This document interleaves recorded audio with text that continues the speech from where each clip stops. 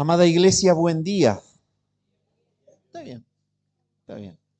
La verdad que es un gozo estar nuevamente con ustedes y mi gozo es más grande aún porque la última vez que estuve eh, vi menos gente y cuando el Señor arrima a la iglesia, a las personas, es un motivo de gran gozo. Me gozo en esta noche por ver muchas caras nuevas. Y mi deseo es que entre este viaje y el que viene ya podamos estar quizás en otro lugar y poder ver muchas más caras nuevas. ¿Cuál es el objetivo de la iglesia? Es que toda Mendoza conozca el Evangelio bíblico y que muchas almas alaben al Señor. Entonces, ese es el propósito de la iglesia bautista reformada Corandeo, que es una iglesia que tiene un perfil netamente misionero. El poder llenar a esta ciudad, a toda la región del Evangelio de Jesucristo. Bueno, mis amados, se ha leído en esta mañana la porción, pero quisiera nuevamente que volvamos a leerla. Abran sus Biblias en el Evangelio según San Juan, capítulo 13, versículos 34 y 35. En esta mañana voy a desarrollar un sermón que se titula El mandato de amar. El mandato de amar. Este sermón contiene 3 puntos principales. El primero de ellos es el mandato de amar. Un nuevo mandamiento os doy. El segundo de ellos es la medida del amor. Como yo os he amado. Y el tercero de ellos es la función del amor. En esto conocerán que sois mis discípulos si tuviereis amor los unos con los otros. Y es evidente que el tema central de esta porción que acabamos de leer es el nuevo mandamiento que el Señor Jesucristo ha dejado. Este nuevo mandamiento de Jesús es amarnos unos a otros, pero con la misma intensidad, sacrificio y entrega incondicional con la que Él nos amó. Este amor práctico, este amor sacrificial, este amor de entrega total, hace a este mandamiento un mandamiento que tiene una gran diferencia con el que ellos venían escuchando en la antigua ley.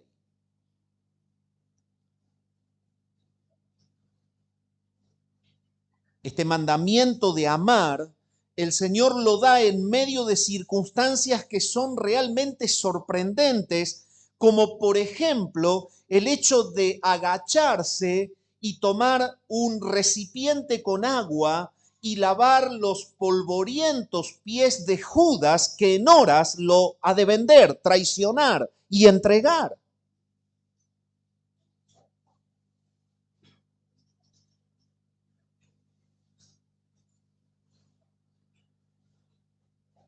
Este amor entonces es la marca distintiva de la iglesia de Cristo.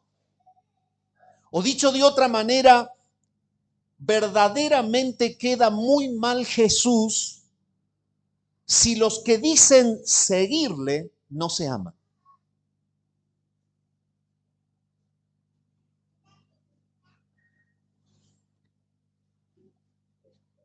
El contexto del texto que acabamos de leer es justamente que Jesús pronuncia estas palabras en un momento crítico, porque lo hace analizando el contexto cercano del párrafo, justo después de haber instituido la cena del Señor con los suyos y posterior a lavar los pies de los discípulos. Entonces Él proclama estas palabras. Es un acto que revela una humildad extrema, Es un acto que revela una entrega extrema. Jesús acababa de ser traicionado porque Judas sale para traicionarlo. Él conoce el escenario. Sin embargo, su ejemplo es el amor entregado, sin medir condiciones.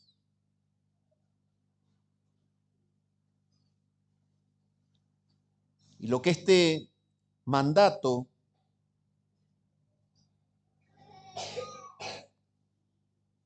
hace que sea un mandamiento nuevo y profundo es que justamente Jesús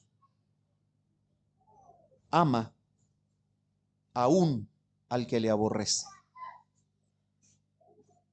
Esto demuestra que su amor no es un amor sujeto a circunstancias pasajeras o a sentimientos que puedan ser esporádicos, sino que su amor responde a una esencia, es una conducta práctica, permanente y deliberada en él, sin medir justamente las condiciones del otro. Y en relación a esto, el príncipe de los predicadores, el célebre Charles Haddon Spurgeon, decía: si no te cae bien algún hermano cristiano, ora por él. Pero ora por él el doble. No solo por causa de él, sino por ti mismo, para que puedas ser sanado. Mis amados, tenemos un mandato, un nuevo mandamiento que Él nos da. Es el nuevo mandamiento que les doy, que se amen los unos a los otros. Y la pregunta que surge en este primer punto, el mandato de amar, es esta: ¿por qué se constituye un mandamiento y no una opción? Porque cuando revisamos la vida de cada uno y cuando observamos el cristianismo moderno, parece que el amor de los unos para con los otros está sujeto en su práctica a una opción. La persona se cree tener la opción de amar a la persona que es amable, fácil de amar. Y resulta ser que en la iglesia, que es heterogénea, en donde el Señor trae a los que el Padre escogió antes de la fundación del mundo y que los incorpora a través de un llamado regenerador e irresistible provocado por el Espíritu Santo, y los incorpora a través de ese bautismo del Espíritu en el cuerpo de Cristo, los creyentes se atribuyen el derecho equivocado de controlar el amor y de dirigirlo a las personas que, según ellos, creen ser las personas que se merecen ser amadas. Las palabras del Señor quitan todo tipo de error conceptual con respecto a este tema. Y el amor pasa a ser un mandato y no una opción. La respuesta que el Señor nos da en la palabra en relación a esto es que el amor es para la iglesia de Cristo un mandato y no una opción. En primer lugar, porque el Dios eterno nos ha creado y nos ha redimido como una consecuencia del amor esencial de la trina deidad en sus tres personas. El amor es un mandato porque es propio del cimiento de nuestra existencia y de nuestra redención. Dicho de otra manera, si la población cristiana expresa seguir a Cristo, evidentemente es porque surge de un acto de amor para con el Padre y de un acto de amor del Hijo para con el Padre, y un acto de amor del Espíritu Santo para con el Padre y para con el Hijo. Toda persona que se atribuye ser un verdadero cristiano tiene una raíz de esencia que se llama amor de Dios. ¿Por qué entonces es un mandato el amor y no una opción? La palabra nos dice claramente que el Padre ama al Hijo antes de la eternidad.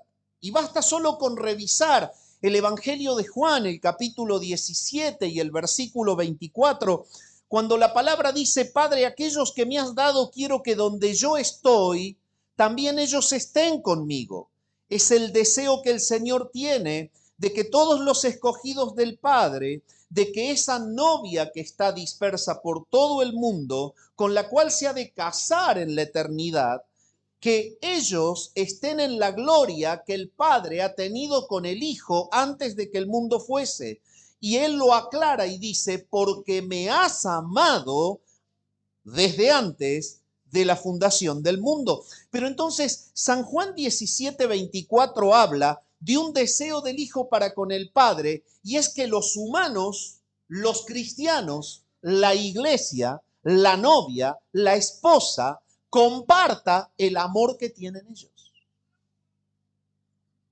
Pero entonces ahora comenzamos a entender algo. ¿Cómo puede ser que en la eternidad disfrutemos del amor que el Padre tuvo en la eternidad con el Hijo para prometerle levantarle de la tierra una novia, la cual tendría que redimir y comprar, pagar la dote por ella, viniendo a morir, cuando la misma novia, en medio del transitar por este mundo, manifiesta reducir el amor a las personas que les caen bien?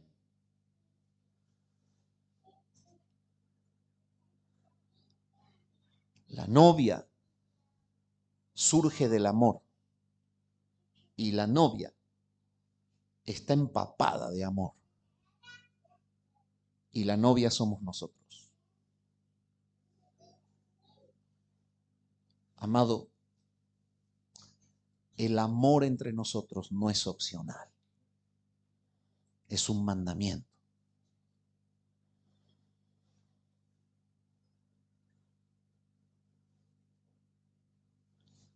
Pero tú te preguntas, quiero un fundamento más. Lo hay. ¿Por qué amar para Cristo es un mandato y no una opción? En segundo lugar, porque no solo que surgimos del amor de la Trina Deidad, sino que Dios creó a su pueblo para que refleje su carácter en el mundo. Dicho de otra manera, el propósito de Dios es crear a la novia para que refleje el amor que hay entre ellos. No solamente ese amor es el cimiento que nos dio origen, sino que el propósito de Dios es que lo imitemos.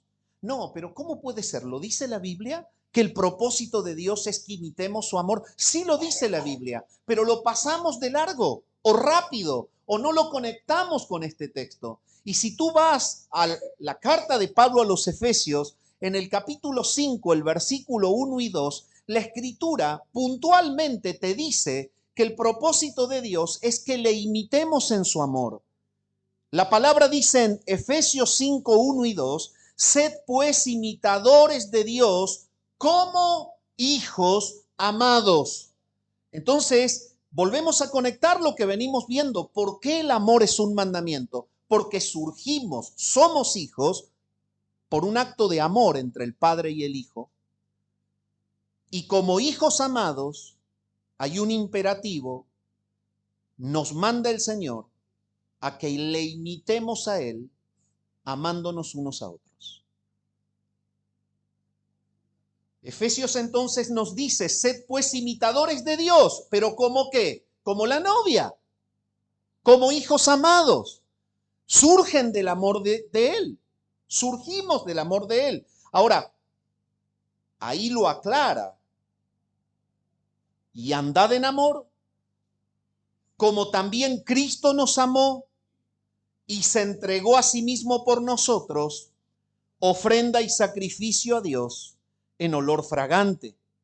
Entonces, hay un amor esencial del cual provenimos Es ese amor que el Padre tiene en querer una novia redimida, y es el amor de este Cristo que por amor al Padre acepta venir a ocupar un cuerpo de carne y acepta venir a ocupar el lugar de los perdidos y se pone en el altar del sacrificio en la cruz para que la descarga de la ira justa de Dios caiga sobre él y no sobre nosotros. Él muere en nuestro lugar. Es un acto de amor.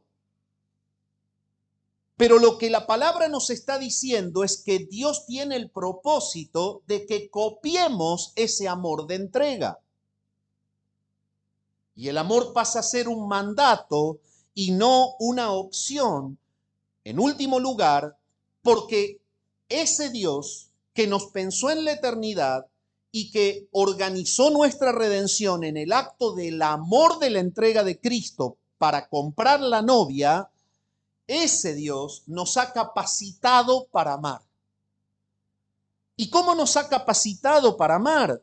En primer lugar, Él nos amó a nosotros primero, porque al perdernos en la caída de Adán, nuestra capacidad de amar se vio totalmente frustrada en la depravación total de nuestra raza en la caída del pecado.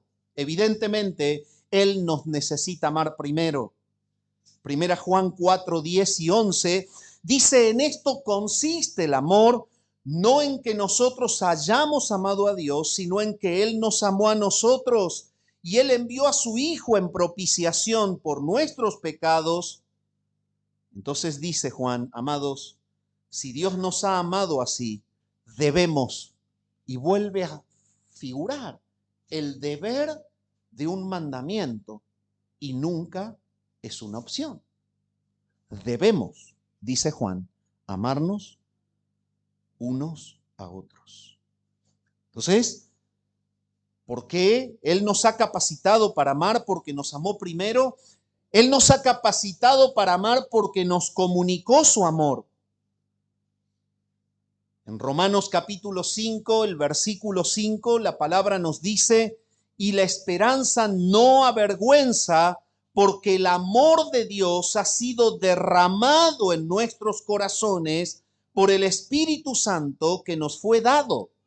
Entonces, no es un Dios que nos exija algo que no podamos hacer, en primer lugar, porque Él nos ha creado para que nosotros reflejemos su amor, pero Él nos ha capacitado para poder reflejar su amor. Y la capacitación para poder reflejar su amor y convivir en amor es que el Espíritu Santo fue derramado en nosotros, y con el Espíritu Santo el amor de Dios ha sido derramado en nosotros. Eso le dice Pablo a los romanos. Esto hace que ningún cristiano pueda decir: el amor en mi vida es opcional, porque en realidad yo no tengo capacidad de querer a una persona tan complicada.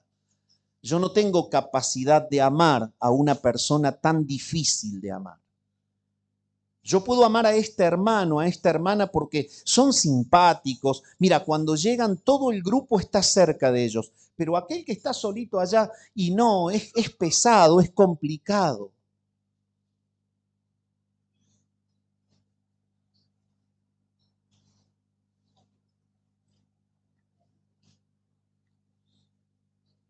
Dios nos comunicó su amor y nos hizo capaces de amar con su amor, porque su amor nos inunda cuando el Espíritu Santo nos sella como hijos de Dios.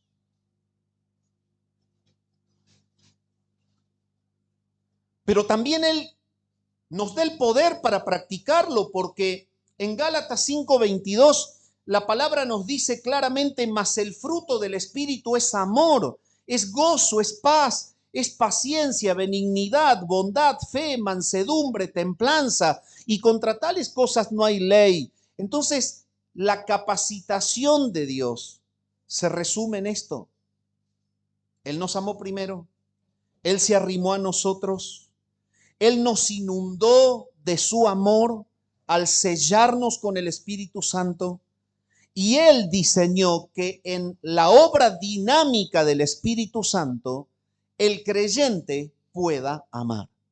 tiene poder para amar. El Espíritu Santo es el que controla los afectos y las emociones en la vida de la iglesia. Por eso es que el amor en una persona que tiene Espíritu Santo puede no ser una opción. Y la persona puede ser obediente y vivirlo como un mandamiento. Porque está llena de Dios, Espíritu Santo, que con poder nos lleva a amar. Entonces, la palabra nos enseña que el amor ha dejado de ser una opción. El mundo ama por opción. Cuando salís de la iglesia, encontrás que la opción de amar es si la persona es amable. Que la opción de amar es si tengo un compromiso por algo que me dio. Que la opción de amar es positiva si en algo tal o cual persona provoca a mi vida alguna comodidad o le imprime algún beneficio. El mundo tiene un amor opcional. La iglesia tiene el mandato de practicar un amor incondicional.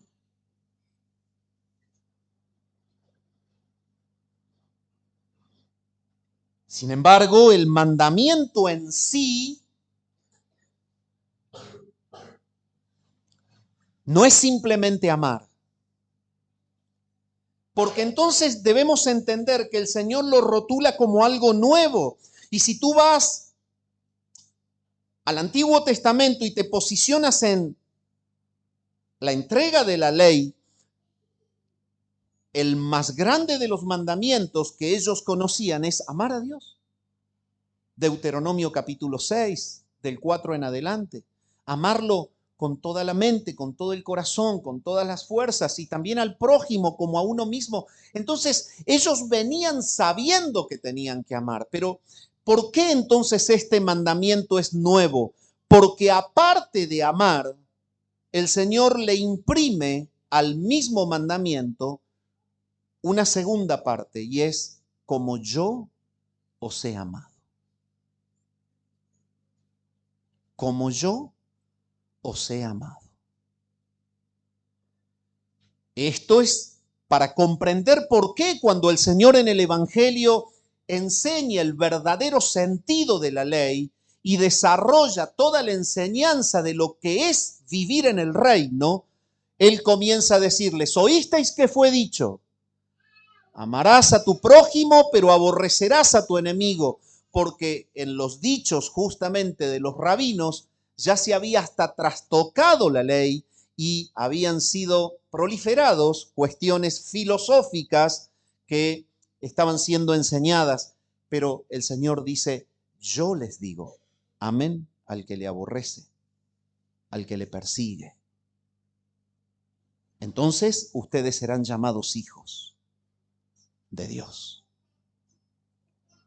Entonces, el amor al cual nos llama el Señor en esta mañana es el amor de una entrega total, porque ese es el amor de Cristo.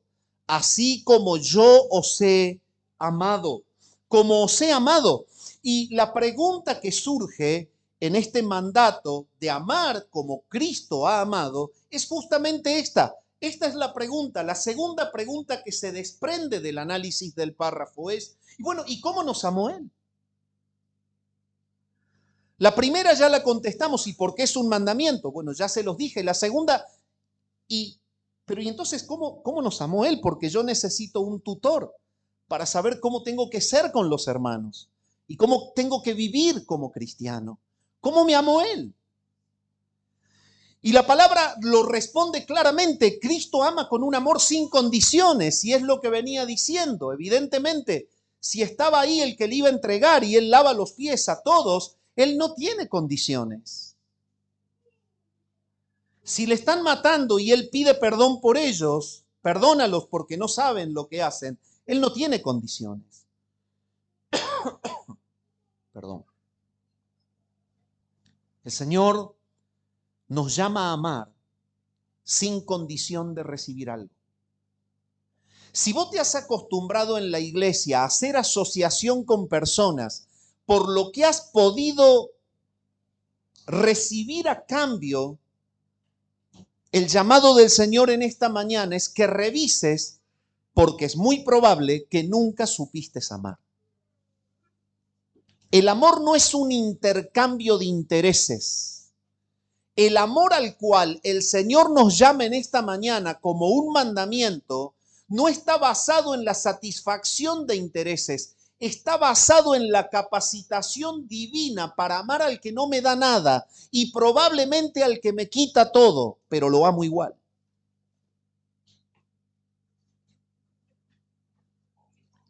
Esa es la iglesia cristiana. Esa es la marca de Cristo en una vida. Gracias, Ale. Es sin esperar nada a cambio. Lo podemos ver en San Lucas capítulo 6 y versículos 35. Amad pues a vuestros enemigos y haced bien y prestad, no esperando de ello nada.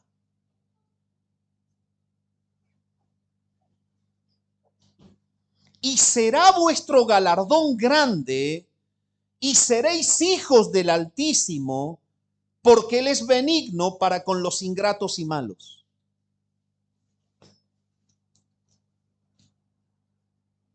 Pero cuando la palabra nos dice que debemos amar como Él nos ha amado, también nos habla de que no solo es un amor sin condición, sino que es un amor no de la boca para afuera, sino del corazón para adentro, que se traslada a actitudes prácticas. Es decir, el mandato de amar se satisface con obediencia cuando la persona ama de verdad. Y si me vas siguiendo, yo creo que te está saltando el conflicto. Y el punto de conflicto es este. Y la pregunta podría ser, dígame, hermano, pastor, como te guste. ¿Y qué pasa con el que no ama? Y yo te respondería, ¿qué hizo el Señor durante todo el trayecto de la historia de su pueblo cuando Él mandó algo y el pueblo desobedeció?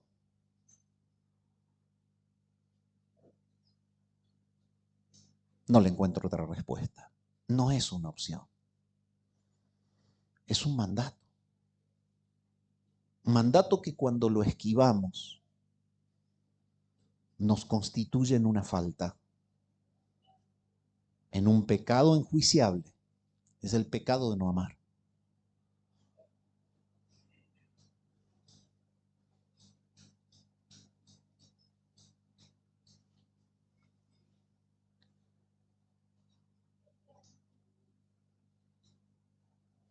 Este amor en acción lo podemos encontrar en la primera carta de Juan, el capítulo 3, los versículos 16 al 18. La palabra nos dice claramente, en esto hemos conocido el amor en que Él puso su vida por nosotros. ¿Hay una acción concreta? Cristo mismo mostró que Él ama con hechos concretos, pero ama con hechos concretos que tienen un costo imposible de pagar. Pero el creyente que se equivoca y cree que el amor puede ser opcional, vive una vida relacional barata toda su vida. ¿Cuál es la vida relacional barata que normalmente el cristiano que no comprende el tema vive? Es la relación interesada. Yo doy al que me da, me acerco al que me es cómodo. La persona con la cual no tengo ni obtengo nada a mi favor, con esa no me voy a relacionar. Y para colmo se nutre de la mentira tóxica de la psicología moderna que te enseña y te dice, son personas tóxicas, aléjate. Resulta ser que el que inventó ese dicho antibíblico y diabólico tiene tantas toxinas que el Señor le ama y le perdona, pero enseña a que otros se alejen de la gente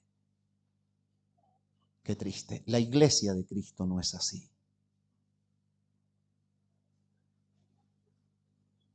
Hermanos, si vos realmente entendés cómo es la constitución de tu vida, nosotros tenemos tantas toxinas porque estamos en un camino de mortificación del pecado y cada día debemos sacar una toxina nueva.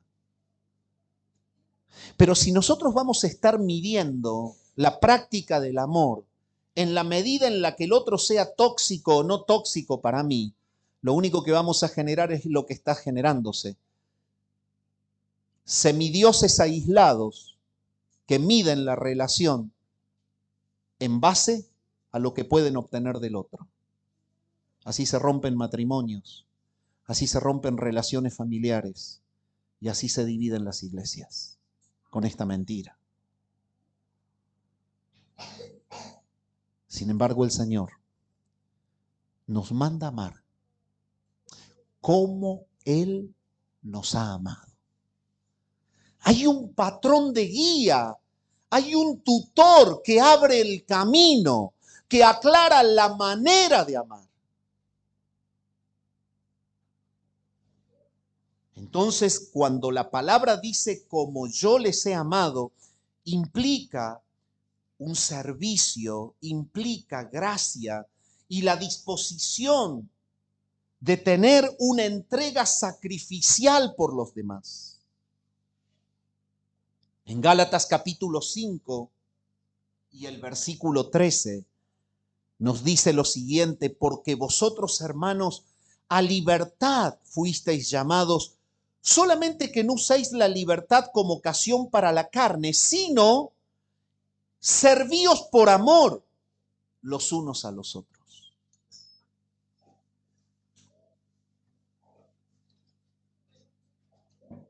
El amor con el cual Dios ha capacitado a la novia hace posible que la novia pueda invertir su tiempo terrenal en una relación interpersonal entre los cristianos que esté vinculada por el servicio de los unos para con los otros, no por el negocio de los unos con los otros.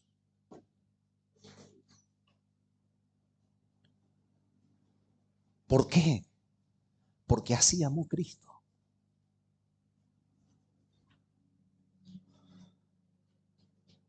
Pero la pregunta que surge del análisis del texto nos lleva ahora a cuestionarnos algo. Está bien, ¿de qué manera debo amar? Como Cristo nos amó. ¿Cómo nos amó el Señor? Bueno, con un amor de entrega total, sacrificial, deliberado. No es un amor sujeto a cálculos ni a intereses. Pero entonces surge algo. ¿Cuál es ese servicio? ¿Qué provoca el amor de Cristo en nosotros? ¿Cómo entonces yo debo vivir el amor de Cristo vinculándome con el otro? ¿Cuál es ese servicio que provoca el amor de los unos para con los otros? Y la palabra tiene respuestas claras. Si tú quieres seguir el tutor de Cristo y practicarlo en la iglesia, que es la implicancia del mandamiento, lo que debemos entender es Gálatas 6:2, por ejemplo, cuando nos dice: sobrellevad los unos las cargas de los otros y cumplid así la ley de Cristo. ¿Saben ustedes cuál es esa ley de Cristo? El mandamiento de Juan. Esa es la ley. Esa es la ley de Él. Un nuevo mandamiento les doy. Esa es la ley. Ámense los unos a los otros. Entonces, allí el Señor está hablando prácticamente de cómo esa ley de Cristo, que le da el verdadero sentido al mandamiento que ellos ya habían escuchado en la antigua ley, ahora lo pueden aplicar de una manera práctica, sin hacer negocio con el hermano, sin tener un vínculo interesado emocional, sino siendo el cimiento para que una iglesia crezca alta y grande, porque la base, el cimiento, es el amor verdadero entre los que la componen.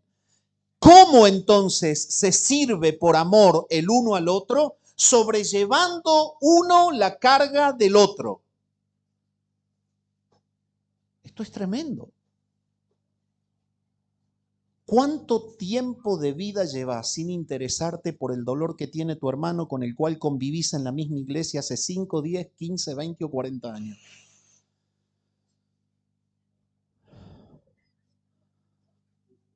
Bueno, pero yo tengo mis problemas, pastor. Sí, lo sé. Y yo también tengo los míos. ¿Y querés que te revele algo? Los problemas que tiene un pastor son mucho más grandes y problemáticos que los que puede tener un miembro.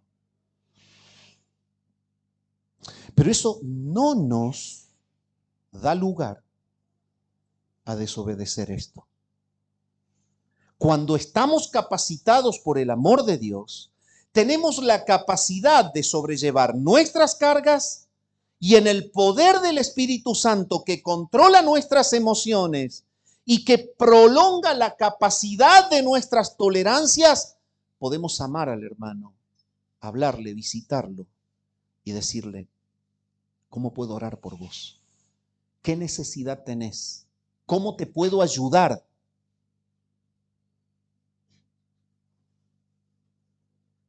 ¿Cómo puedo llevar tu carga?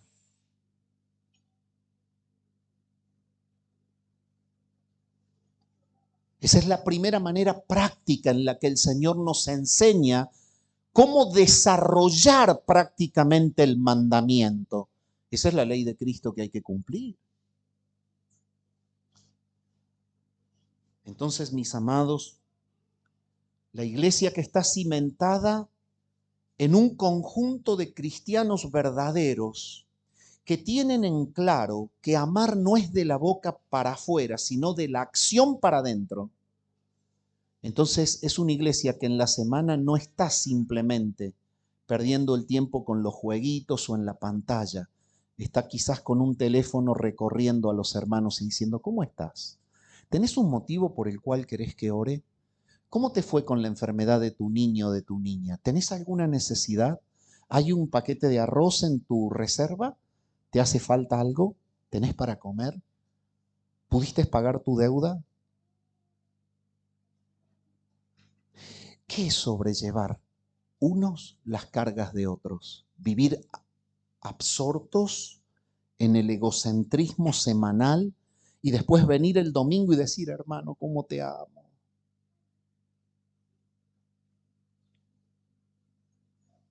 ¿Qué está viendo el Señor? ¿Es amor o es religión?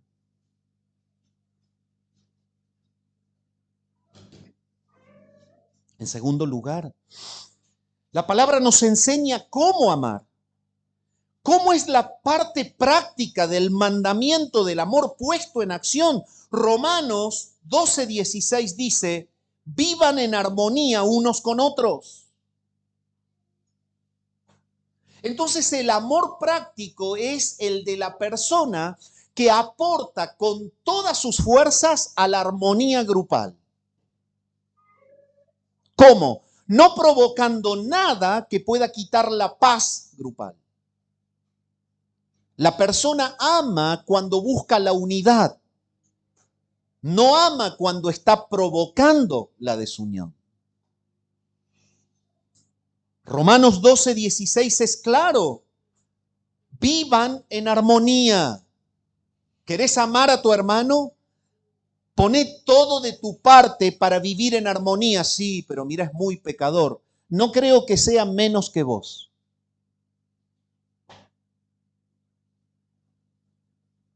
La persona que señala a un hermano y le pone distancia porque es un gran pecador está diciendo, es menos pecador que yo, que rompo el vínculo y que me creo ser santo, cuando tengo que estar arrepintiéndome cada día por mi propia toxicidad.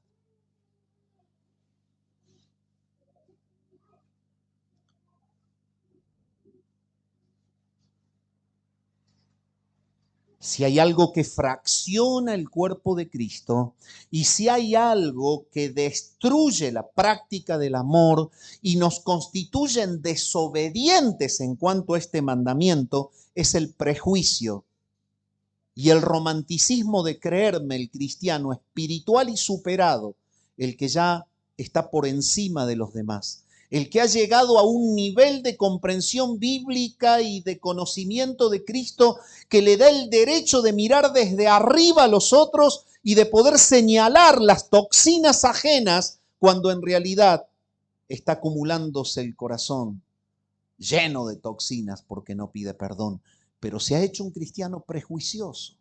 Aquel es así. Es el mismo problema que tuvo el fariseo cuando se juntó con el publicano. Estaban los dos y había un Dios mirando a ambos.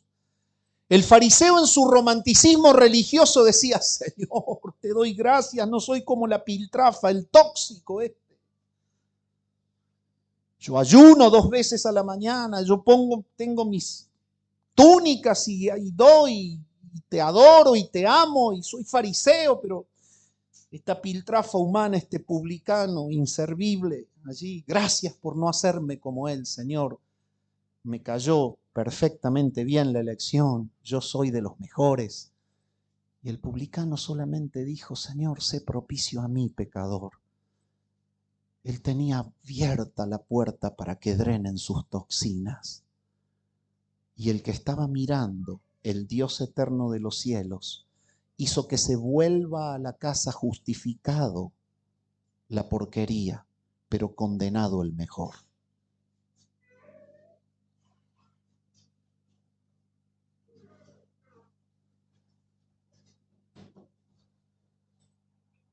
Cuidado con los prejuicios. Cada vez que te cueste soportar algo en alguien, séte sincero y pensá que más esfuerzo está haciendo el otro para aguantarte a vos.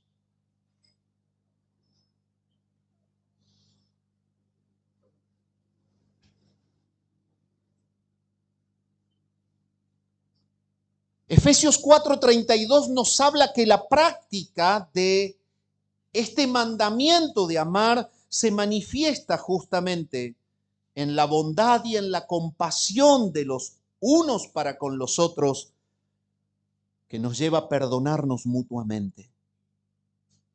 Efesios 4:32 nos habla de que debemos ser bondadosos y compasivos y perdonarnos unos a otros.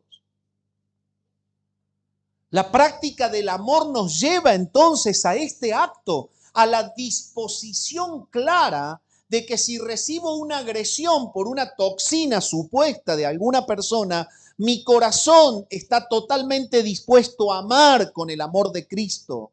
Y cuando se ama con el amor de Cristo, estoy dispuesto a perdonar. En cuarto lugar, la práctica del amor, el mandato practicado de manera obediente nos lleva al ánimo y a la edificación. En Hebreos capítulo 10 y versículo 25 y en Primera Tesalonicenses el capítulo 5 y el versículo 11, ambos pasajes entregan la misma enseñanza. Anímense y edifíquense unos a otros. Decime, ¿sos de ánimo y de edificación para el hermano? Eso es amarlo.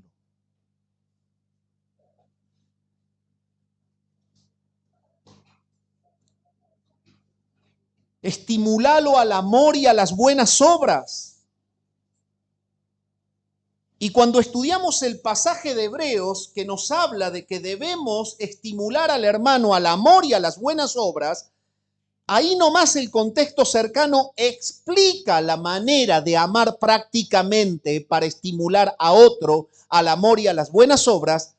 Y el pasaje nos lleva a un texto que lo sacamos de contexto y muchas veces solamente explicamos un sentido, no dejando de congregarse como algunos tienen por costumbre. Está conectada la enseñanza. Eso quiere decir que si hay una manera en la que un cristiano agrede a la iglesia y la deja de amar, es cuando falta a los cultos sin ningún tipo de motivo. Porque esto desanima, no estimula al amor y a las buenas obras. La práctica del amor de los unos para con los otros pasa también por la instrucción Como Colosenses 3:16 y Romanos 15:14 nos dice, enseñen y aconséjense unos a otros con toda sabiduría.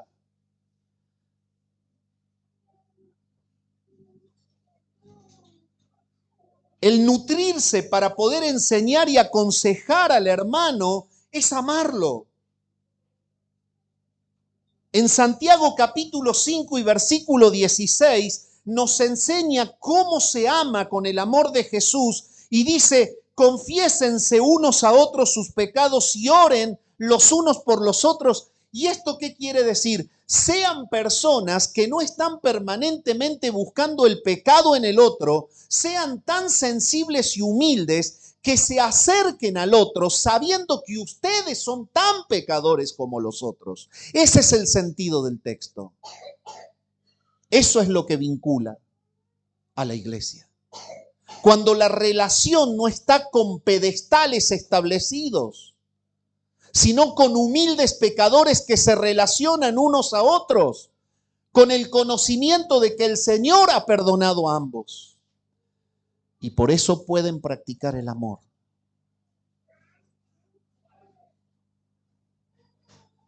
En 1 Pedro capítulo 4 versículo 9 nos habla de que el amor de Cristo se muestra en la hospitalidad. Practiquen la hospitalidad los unos con los otros sin quejarse.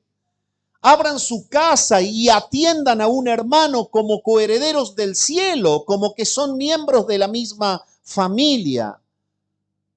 No estén negando para el hermano los bienes que el Señor les ha dado, ese techo, esa casa, ese recurso. El amor de Cristo se manifiesta en la iglesia en una hospitalidad verdadera. Romanos 12:10 nos habla de que el amor de Cristo nos lleva a amarnos unos a otros con amor fraternal, haciendo que tengamos respeto personal y que mostremos permanentemente diferencia hacia el mundo que se odia.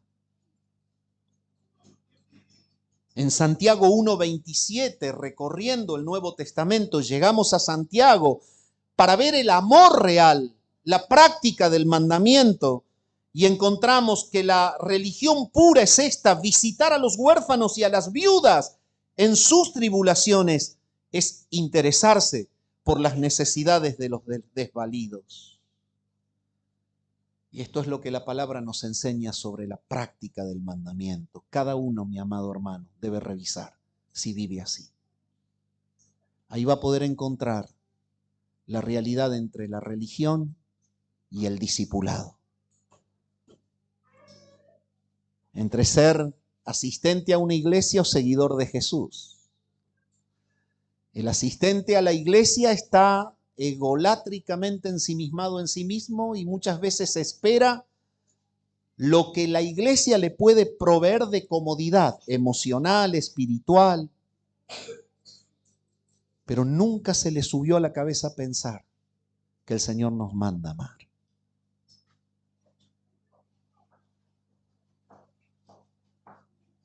El segundo punto del sermón es la medida del amor. La medida del amor es Cristo y Él dice, justamente como yo os he amado, que también os améis unos a otros. Bueno, ¿cómo nos amó Jesús hasta el extremo? Jesús amó sin una reserva. Jesús amó hasta el fin. Jesús amó en una actitud de darlo todo. Amar así requiere morir al orgullo personal. Amar así requiere justamente soltar las cuestiones que para mí son valiosas.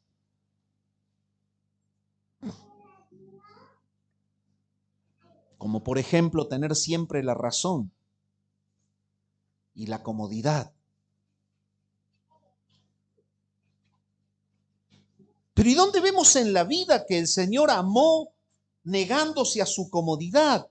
Si tú tomas Filipenses capítulo 2, que es un pasaje orientado a la humildad que tuvo Cristo hasta llegar a la cruz, Sus primeras frases en el texto, el versículo 5 del capítulo 2 de Filipenses, dice: haya pues en vosotros este sentir que hubo también en Cristo Jesús, el cual, siendo en forma de Dios, no estimó el ser igual a Dios como cosa que aferrarse, sino que se despojó a sí mismo,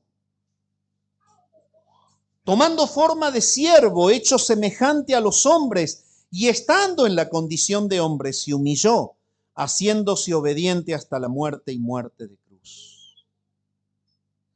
Pablo, al estar lleno del amor de Cristo y al seguir el ejemplo de Cristo, él pudo llegar a amar a los escogidos a tal punto de decir: todo lo que para mí era ganancia, ¿qué pasó? Le copié a Cristo, lo estimé como ¿qué? Como pérdida. ¿Es que no estimó así el Señor la gloria del cielo para venir a nacer? ¿Qué es lo que fracciona la iglesia?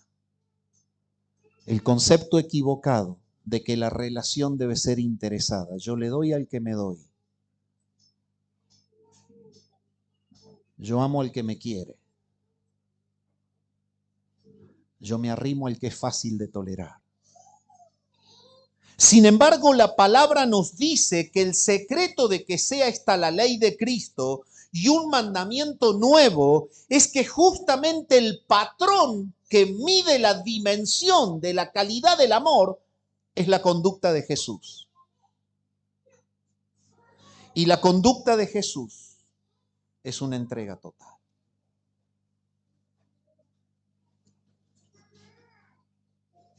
Pablo dice en Gálatas 2:20, con Cristo estoy juntamente crucificado. Y ya no vivo yo, mas vive Cristo en mí. Y lo que ahora vivo en la carne, lo vivo en la fe del Hijo de Dios, el cual me amó y se entregó a sí mismo por mí. También quiere decir esto, de que a pesar de la fragilidad, Jesús ama a sus discípulos. Y de que a pesar de que Él conoce sus fallas y la futura deserción, Él los sigue amando. Él, cuando estuvo ahí, le lavó los pies a los que estaban ahí. Y eran todos hombres pecadores. Pero nosotros nos sentimos tan orgullosos y equivocadamente altivos que estamos midiendo qué actitud podemos tener para con el otro, porque le exigimos perfección al otro para entonces poder amarlos. El patrón del amor que muestra la dimensión profunda del amor es Cristo, es el amor de Cristo. Él amó a Pedro a pesar de que lo negó, amó a Judas a pesar de que lo entregó. Él te ama a ti a pesar de lo que eres y me ama a mí a pesar de lo que soy. Ahora yo me digo ser cristiano, pero le impongo alturas de santidad al otro para poder amarlo. Pero para terminar, hay un propósito de este amor. Y el propósito por el cual el Dios eterno nos hace surgir en la eternidad desde el amor que tiene el Padre para con el Hijo en querer darle una novia, el amor que tiene el Hijo para con el Padre sujetándose al encargo de venir a nacer y a comprar a la novia, a pagar la dote de la novia en la cruz, el amor del Espíritu Santo, que es el agente activo que está justamente sujeto al Padre y que está justamente apoyando al Hijo en su encarnación por amor, el amor de ellos que nos ha dado origen y el amor de la redención, que es el que llevó a Cristo a la cruz, tiene un propósito. El propósito es que sea el móvil del mayor de los testimonios que la iglesia pueda dar de Jesús en la tierra.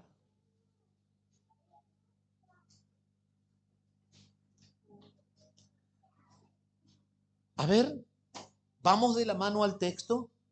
En esto conocerán que son mis discípulos, si tuvieseis 4,000 butacas llenas con 3 turnos por día en el culto.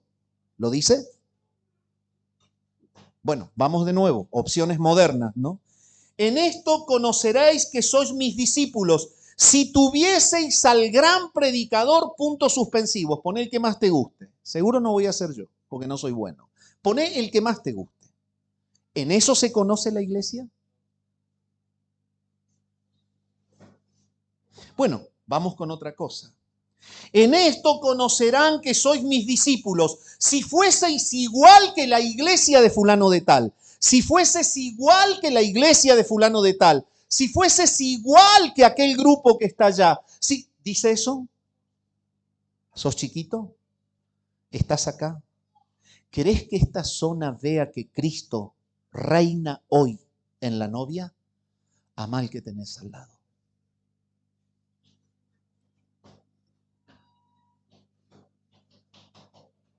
Amá al que tenés al lado. En esto conocerán todos que sois mis discípulos, si tuviereis amor los unos con los otros.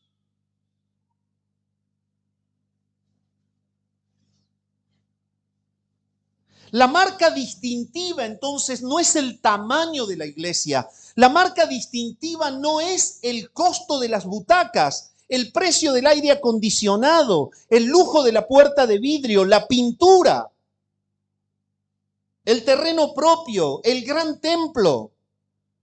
La marca distintiva de la iglesia verdadera no es el famoso predicador. La marca distintiva de la iglesia verdadera no es la elocuencia de un predicador.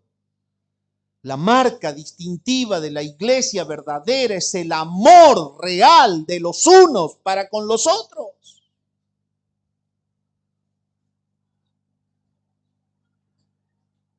Esto es lo que Dios diseñó como un testimonio para el mundo. Dice que él conocerá el mundo a Jesús a través del amor de la novia.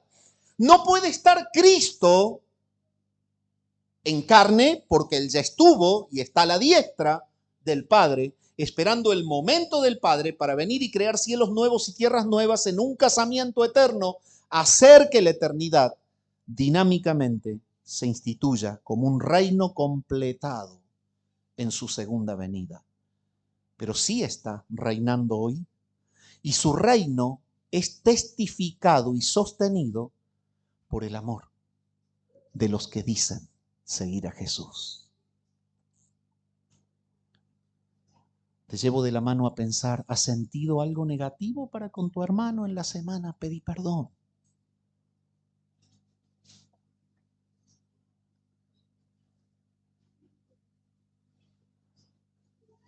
¿Has estado diciendo en la semana, sí, pero mira el pecado que tiene aquella? Ya cuando la encuentre, no la pienso saludar. Mira el pecado que tiene aquel. Pedí perdón. No hay una forma más eficaz de destruir el reino de Dios que negarse a amar. El amor es un mandato, no es una opción. Sin embargo, amar en medio de una naturaleza caída es un desafío que nos expone muchas veces a frustración. Pero Pablo nos da la garantía de que es posible cuando le escribe a los Gálatas en el capítulo 5 y versículo 16 y le dice a los Gálatas, anden en el Espíritu y no se satisfagan a ustedes. Entonces, a pesar de que estamos en una naturaleza limitada y a pesar de que la dimensión del amor es exigente, es como Cristo nos amó, la obra del Espíritu, por diseño del Padre, es llevarnos a copiar a Jesús. Entonces, sí podés amar cuando vivís en el Espíritu.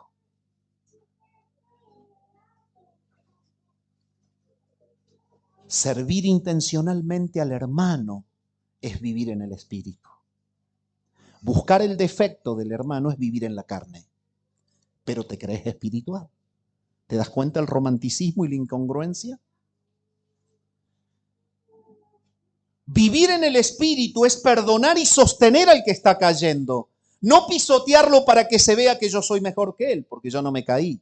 ¿Viste que él era más pecador que yo? ¿Viste que era un tóxico? ¿Viste que era una tóxica? Perdonar y sostener es estar lleno del Espíritu. Señalar, remarcar y no orar por la dificultad del hermano es vivir en la carne, a pesar de que te crees lleno del Espíritu.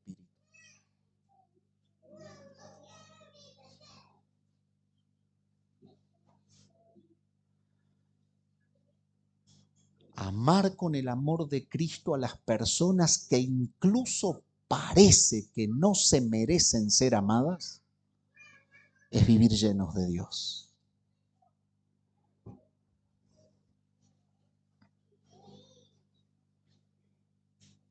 Y yo te invito que en esta mañana, frente al Señor, pidamos perdón por haber interpretado de una manera tan superficial y practicado de una manera tan desobediente la ley de Cristo, que es el amor. Padre, gracias por tu palabra en esta mañana. Lleva a tu iglesia en este lugar a un amor verdadero, con la dimensión del amor de Cristo, con el mismo amor sacrificial, deliberado, de entrega total con la que Él nos amó, que así podamos tratarnos los unos a los otros, que la Iglesia Bautista Reformada Coram Deo pueda vivir bajo este patrón de relación para la gloria de tu nombre. Señor, concédenos la gracia de poder ser identificados en una sociedad que se odia y que está perdida, a través de este testimonio claro de que somos miembros del reino, donde Cristo hoy gobierna y reina, su iglesia, su novia, y que el mundo pueda ver que la gente de aquí se ama para la gloria tuya. Oramos al Padre en Jesús. Amén.